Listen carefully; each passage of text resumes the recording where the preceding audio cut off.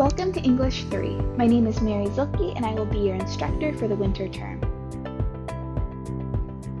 Before we jump into the class, I always like to provide a warning to anyone who may have signed up for this class thinking it was going to be a normal class.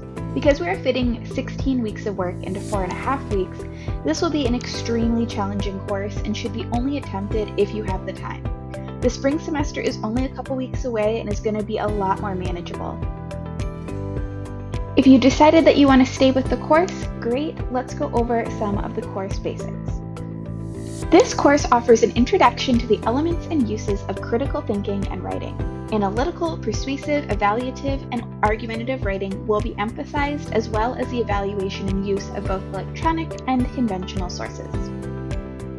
This course is fully online and does not have any live meetings. You will have due dates on Monday, Wednesdays, and Fridays, and I will be available for questions from 8 to 4 daily. You can message me outside of those hours, but I might not get back to you right away. There is no textbook for this course. All lessons and assignments will be provided on Canvas at no cost to you. Things you will need for class are the Remind app for communication and updates, have a working Google account with a folder for English 3 work, and have some sort of grammar checking program installed on your computer. As I stated at the beginning, this class will cover 16 weeks of material in 4.5 weeks. If you aren't sure you have the time, please do not attempt. Here's what you need to know to get started with the class. First, go to the class Canvas and visit the homepage. There's a lot of great information there, and near the top you will see these instructions for getting started and a link to the first unit module. When you get to the module for Unit 1, it will look like this. All assignments under each block have the same due date. Since everyone in this class must have already taken English 1, I do expect you to be comfortable with MLA format and research. However, if you need a review, I have some links on the front page to some video playlists to help you brush up on the basics.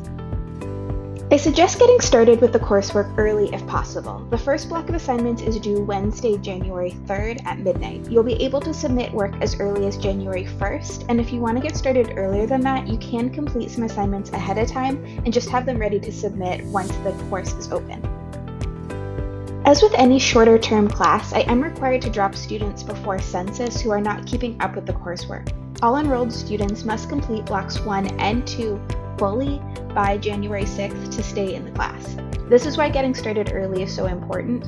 If you do end up getting dropped, you will be able to enroll in the spring without any marks against you on your transcript. Now that you know how to get started with the class, let's discuss how to pass the class and what to expect going into the 4.5 week term.